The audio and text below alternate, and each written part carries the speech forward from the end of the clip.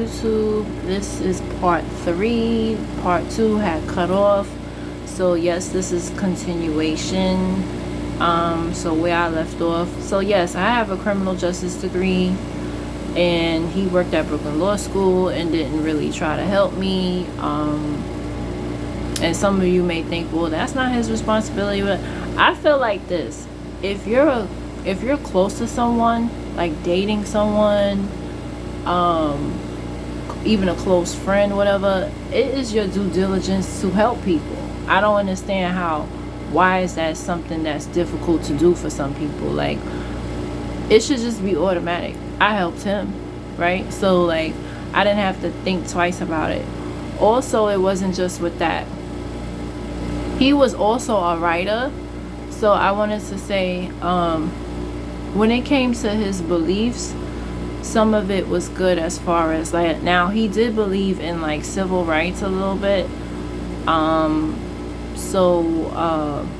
He wrote about the 14-year-old boy that was falsely accused of rape and murder or whatever.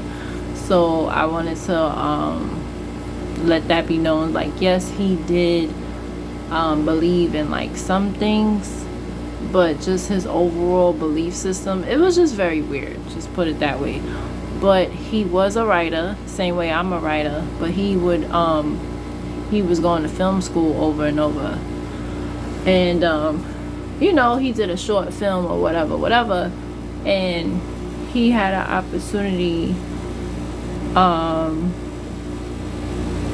to be in a film festival. It didn't I think it fell through because he didn't feel comfortable with the guy or whatever. But every time I would get an email or something, I would always like talk about him, like, yeah, my boyfriend does film. Because I get a lot of emails because I'm an author, and some of them are scams, but some of them are legit. I haven't gotten around to really like sitting down and talking to some of them, because I definitely want to do like a series, and I want to do it all. And I've been kind of like dragging my feet because of fear that it'll flop, fear that it won't be successful. But hell, I got one life to live, and I want to be able to say I at least tried, right? So whenever somebody would call me and be like, yeah, we want to do this and that with you, I would always tell him, because I know he's a writer. And I noticed when he would get opportunities, he would tell me, but it wouldn't, like, he would never tell them, oh, by the way, I know someone who's an author. So like, the way I wanted to see him win, it wasn't reciprocated. And I also learned that too, like, be careful of that, like, I don't think he was jealous of me, because it's nothing to be jealous of, even though some people could be jealous of you even if you have less than them. But it's almost as if, like, what I wanted to really talk about is when a man talks about his exes, you have to be careful with. Now, me and him had like a serious talk, and I don't know if he was really listening to me, but I told him, I said, it seems like you like a certain type of woman, and there's nothing wrong with that. You need to embrace what you like. In the very beginning of when we dated, he said it in a joke, but I think he was serious. He said I was too independent for him, right? He's not used to a chick having their own on a consistent basis. He wasn't used to a chick helping him. And somewhere I read on Instagram that when you help a man, that's very unattractive. And people were actually commenting and saying, when you help a man at his lowest, they say it's a turn off because his dream girl would never do that. I'm like, how does that make sense? Like, it's not like I was paying his rent. It's not like, I was just helping him out. But some people say, don't do that, because especially if he's not used to it, that could be a turn off. Because it was almost as if, when, I kid you not, when I would help him, it's like our relationship would get worse after me. It was just weird. Like, I just couldn't figure him out. And I told him, I said, and his brother said it to me respectfully. He said, Crystal, You don't drink, you don't smoke. You know, with me, I drink, but I don't want to taste the alcohol. That's the type of drinker I am. I'll drink, but don't let me taste the alcohol. Just like I like coffee, but don't let me taste the coffee. I like tea, but I don't want to taste the tea either. Like, you know, so I'm that type of drinker. So I'll drink like, how many drinks I had this year? Maybe 5. I drink about, it's 12 months in a year. I probably drink 5 times, if that much, you know. Yeah, like the bottle has, I was just telling my father that I actually won a bottle on a cruise of champagne. That bottle was, I split it with my ex. We actually, I remember like he's not a wine drinker, but he enjoyed it, or a champagne drinker, and he enjoyed it. And yeah, we was busting it. Like we finished it in like that. We was drinking it like water. It was so good. Like that was the best champagne I ever tasted in my whole life. And I took a picture of it, and I can't even find the picture. But that was a good bottle. That was a really good bottle of champagne. I mean, exquisite. But yeah, so I just noticed, I was telling him, because he would say things like he dated a stripper, she looked like Nicki Minaj. I'm like, oh, so you like women that are fake, like you like. And then like the girl that was before me that he was in love with, he'll never admit that he was in love with her, but obviously it was something, because he treated her like a princess, you know. You know, it's something. I told him, you have a, like, it seems like you like a certain type of woman. You like a woman who smokes and drinks. You like a, you know, you like a woman who needs you, and that's okay. That's perfectly fine. I have a type. I didn't really realize it, but I do have a type, and I'm okay with that. You know, I have a type, and it's not him. And I don't regret anything that I've also, yeah, during COVID, when he was living with his brother, the fireworks and everything, and it was loud. And Brownsville, I had it the worst because it was crazy. We lived on the first floor, so he was nice enough to put us up in a hotel, because where he was staying with his brother, it wasn't big enough for me and my son. He just had a room or whatever. So he did do that. He put us in a hotel or whatever, and that was nice of him. So he had his moments where I could say, yeah, he was cool. But overall, I wanted to end on this note, ladies. Men are very, very, very smart, okay? And when I say that is, they know when you're not into them, and if they have any notion or inkling that they are not your dream guy, right, they start to mess up. It's just like a child that feels unloved, right? What do children do? One thing I noticed, I've been a para, like I told y'all, I'm an assistant teacher. I've been working with children off and on for 7 years. And before, what led me to being a para is I used to work for a nonprofit called Cydia.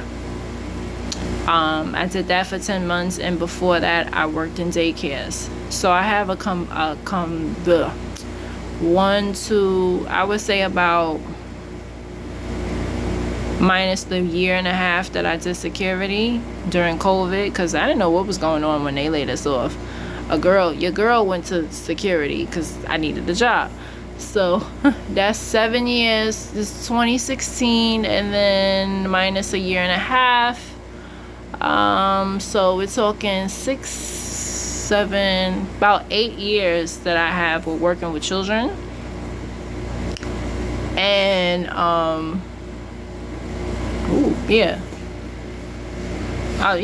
would say about 8 or 9 years total. I would say about 9 years. Yeah, about 9 years. Yeah, about 9 years working with children. And then I have my own son. My son is a well-behaved child because he is a loved child. Does that make sense? I know some people might say, well, men are not children. The thing about men, and I was talking to this with my father, and he's hilarious.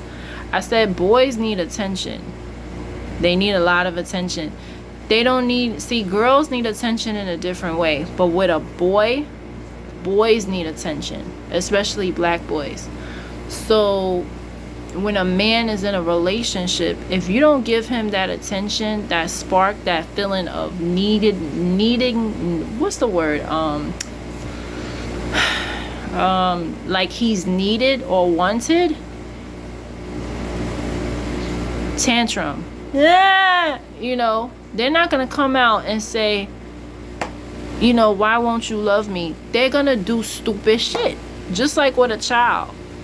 Now, everybody compliments me how wonderful my son is and he behaves. My son never been suspended. The teachers, they always come up to me and say how he's the teacher's pet. All the teachers that my son ever had, they loved him. Daycare teachers. This is from when he was little. Family members. Just everybody just loves my son. Everybody. And that's because he's loved. He's loved by me. I give him all the attention. Sometimes he made little complaints here and there, like, because like when I was with my ex, he wasn't really used to me being with somebody that long. And he expressed that to me, you know. When I was with my military ex, that was the first time he saw me with any man. So he expressed that. He's like, Mom, you never had a boyfriend before. I did. I just never brought them around him. But, you know, my military ex and then this dude, that's only two people. But he would let me know, like, Mom, da-da-da-da-da. And I made sure I balanced it between my man, my son, and my friends, because I know that men in general, they need to be needed. They need attention. So if you give them any inkling that you don't want them, if you give them, one thing I notice about married women in particular, and I'm not picking on y'all, but I have to say this because married women are in the longest relationships. You got some people that date and be in long-term relationships, but I feel like people like Tyra and Love and Hip, that's just desperate. I'm not even talking about those type of relationships. But to my married women, a lot of y'all men act stupid because y'all don't want them. I'm gonna say that again for the people in the back. A lot of y'all men are doing stupid stuff because deep down inside, y'all are not attracted to those men. Y'all do not want those men. You know what happened? He asked you to marry him and you said yes for reasons that you don't even know.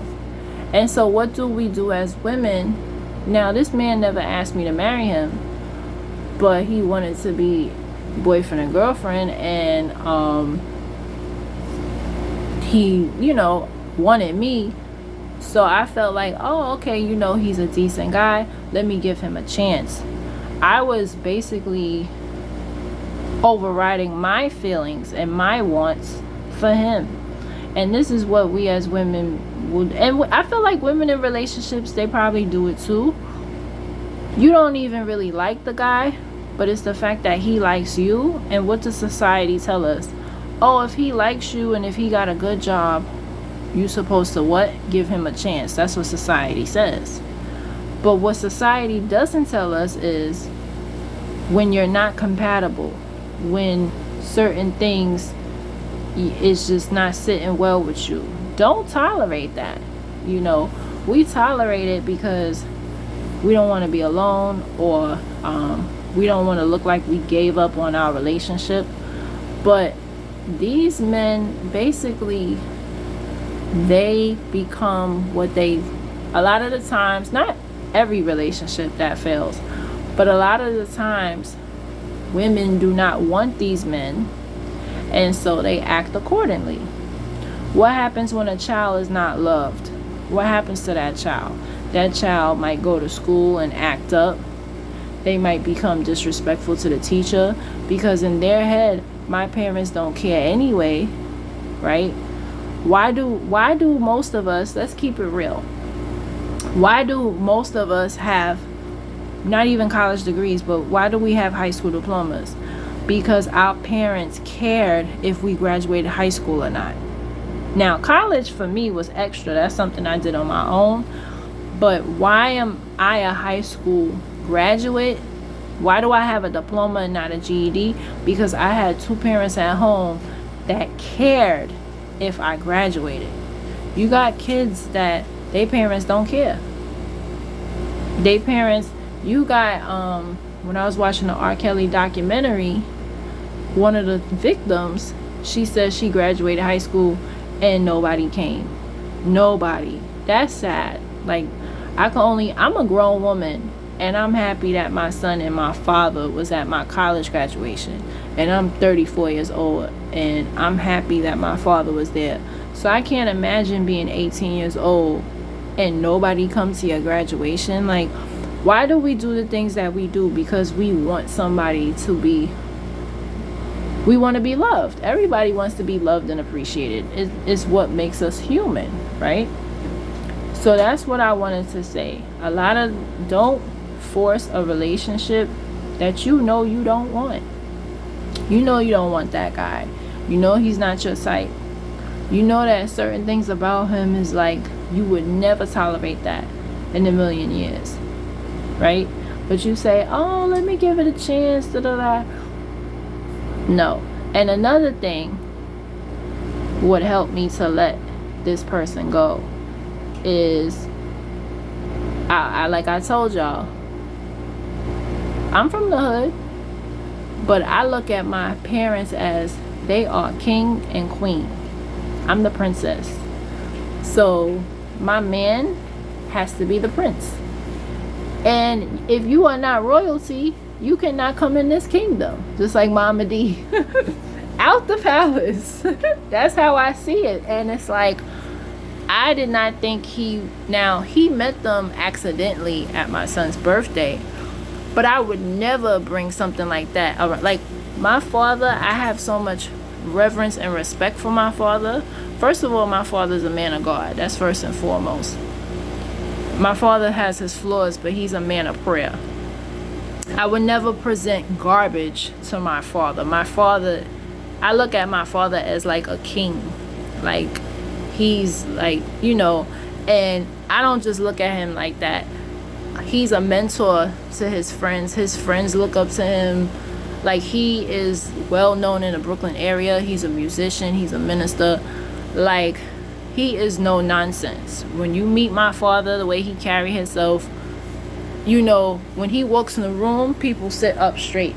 Like, my son's father is afraid of my father. You know what I'm saying? And, he a thug, or he feel like he is, whatever. But my father carries himself in a way, you get what I'm saying? So, like, I could never present something like that and say, oh, Dad, this is my man. He gonna be like, first of all, my father would slap the shit out of me, I'm pretty sure. He would say, Crystal, you know better than that. Like, at the end of the day, and I was telling somebody this a few weeks ago, I was like, my mom is a wife at the end of the day. She's a wife. She always been a wife. And she would not approve of my situation with this guy. And my father, damn sure. What? I wouldn't hear the end of it. So just rehearsing that in my head, like, my son knew about it because that's my son and that's the relationship we had. So certain things like, yeah, he's an older guy. Yeah, he was legal. I told my son because it's my son. I can't tell that information to my parents. Like, what? You know what I'm saying? So I said all of that to say this. Like, if you are in a situation or a relationship that your parents is not going to be with it, that's a sign that you don't need to be in that relationship. Or if you wouldn't want your child to be in that situation, that's another sign that, and that's how you have to look at it. And, yeah. And that's what really made me, And I thank God I didn't realize it, but me having my father in my life, that's why I'm so strict. That's why I'm so, like, I've allowed a lot of BS, but I know when it's time to say goodbye because I'm loved. My father loved me. He loves me. And I know that he would not want that for me. You know what I'm saying? And even if, for those of you who don't have your father, if you have your mother, your auntie, somebody that you know loves you, that's what you gotta think about. That's what you gotta say, hey, you know, would my family want me in this situation? Would they want this for me? And if the answer is no, then that's how you know it's time to say goodbye. You know? Like when I told my father I broke up with my military ex, he understood. When I didn't want to be with my son's father, my father had my back. Like, you know, so he understands things, you know, and he wants the best for me, you know. So, yeah, that's what really made me. And it's like, you know, it gets lonely sometimes, but I'm at a point in my life that I'm alone and I'm okay with that. Sometimes society will make you feel like something's wrong with you. It's nothing wrong with you. It's not your time. It's not your time. And there's so many people I know that got married young and they're married or, you know, whatever, and you hear their stories and it's like, it kind of makes you happy that you're single. You know, I'd rather be single than to be stuck with somebody that I truly in my heart don't love, or to be, you know, with somebody that I know is no good, you know. But yeah, I could truly say I am healed. I'm glad I got it out. For those of you who've watched me and telling my story times, I actually had a YouTube channel years ago, but I only would upload like concerts and stuff. I didn't start doing videos like this until early this year. So those of y'all who've been following me, thank you. Like, I do have a new camera, but I didn't get the memory card yet. I get it this Friday. Comment, like, and subscribe, y'all. Y'all have to comment. Y'all have to comment. Because I'm seriously running out of topics. There's certain things in my life that I'm not going to talk about. I told y'all about my psycho people, my psycho stalkers. I told you about my military ex. I told you about this recent ex. That's all I'm going to tell y'all.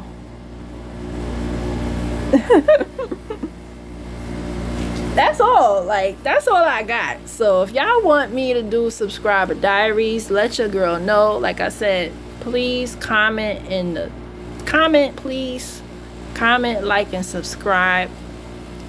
And until next time, those are my thoughts.